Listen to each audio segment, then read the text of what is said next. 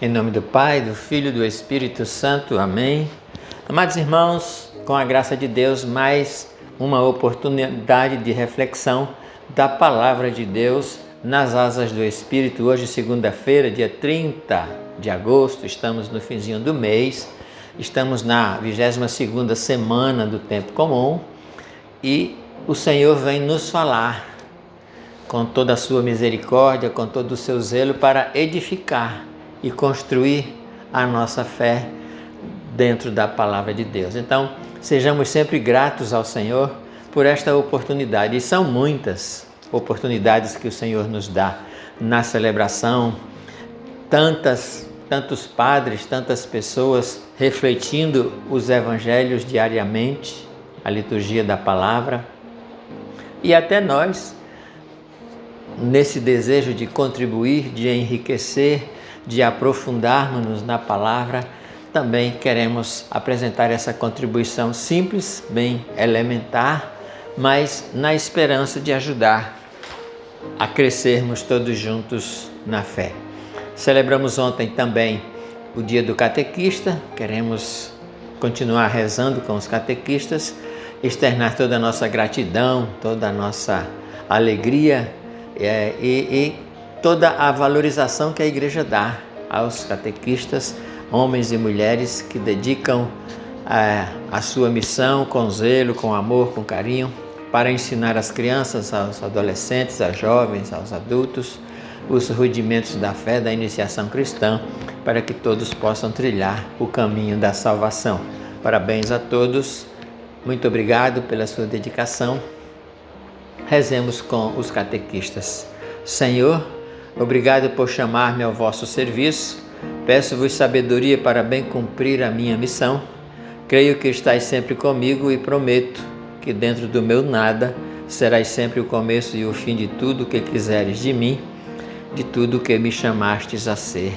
Amém. Amados irmãos, então, a liturgia de hoje nos apresenta mais um desencontro entre Jesus e os sacerdotes, os fariseus, as pessoas letradas da época.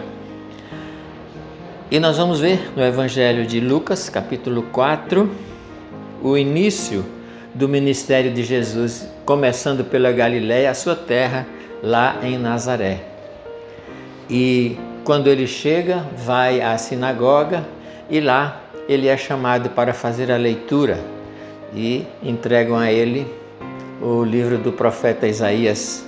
E ele vai ler proclamando o próprio projeto de vida, exatamente as linhas gerais da sua missão profetizada muitos séculos antes pelo profeta Isaías.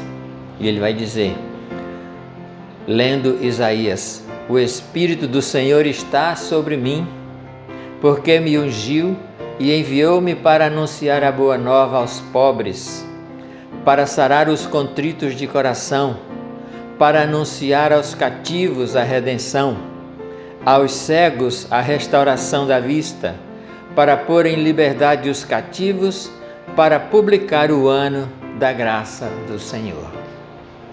Até aí tudo bem. Fechou o livro e o problema começou quando ele, lá no versículo 21, ele proclama, ele anuncia, ele revela-se àquela assembleia. Hoje se cumpriu este oráculo que vós acabais de ouvir. Claro que isso provocou um rebuliço naqueles homens. Mas como isso? O que ele está dizendo? Nós conhecemos ele. E aí Jesus começa a discutir e a mostrar algumas verdades. O evangelista vai dizer que eles tiraram Jesus da sinagoga, levaram ao mais alto monte para jogá-lo, precipitá-lo de lá. Veja, no começo da sua missão, Jesus já começa enfrentando essas adversidades. Amados irmãos, percebam que Jesus é claro, a palavra de Deus é clara e mostra exatamente a que ele veio. Ele não veio apenas para passear ou para se mostrar como alguém que tem poder. Ele veio com uma missão específica, com um objetivo específico. E esse objetivo específico não era simplesmente reinar, demonstrar poder. Ele veio sarar, ele veio curar, ele veio libertar.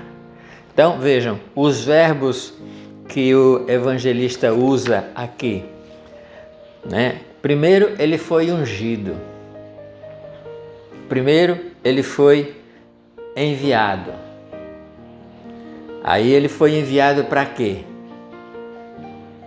Para anunciar a boa nova àqueles pobres, aquelas pessoas que esperavam o Senhor. Para que mais ele veio? Para sarar os contritos de coração. Falávamos ontem do coração, da pureza, da necessária pureza dos nossos corações. O que mais que ele veio fazer?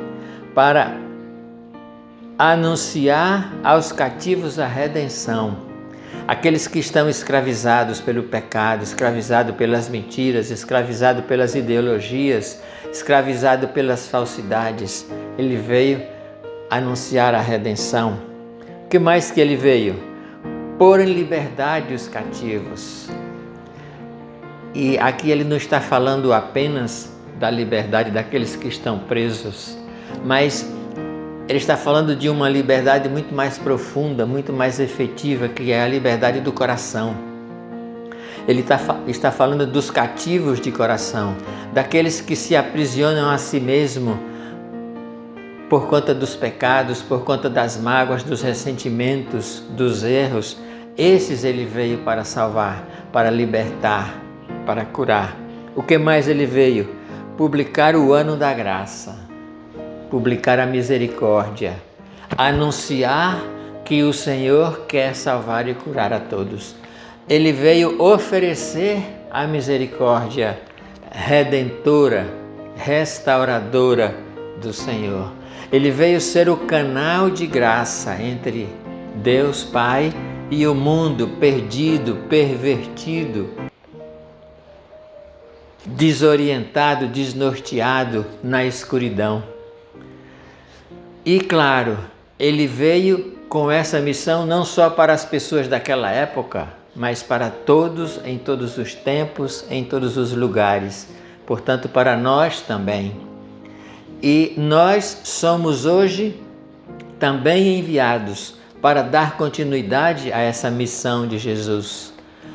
Ele nos derrama, nos dá o Espírito Santo, esse Espírito que o ungiu, também nos unge hoje, para que também nós possamos refazer, reeditar, dar continuidade a essa missão de Jesus. Portanto, a nossa missão, como a de Jesus, e ele vai dizer isso depois, assim como o Pai me enviou, eu também vos envio. Portanto, a missão é a mesma.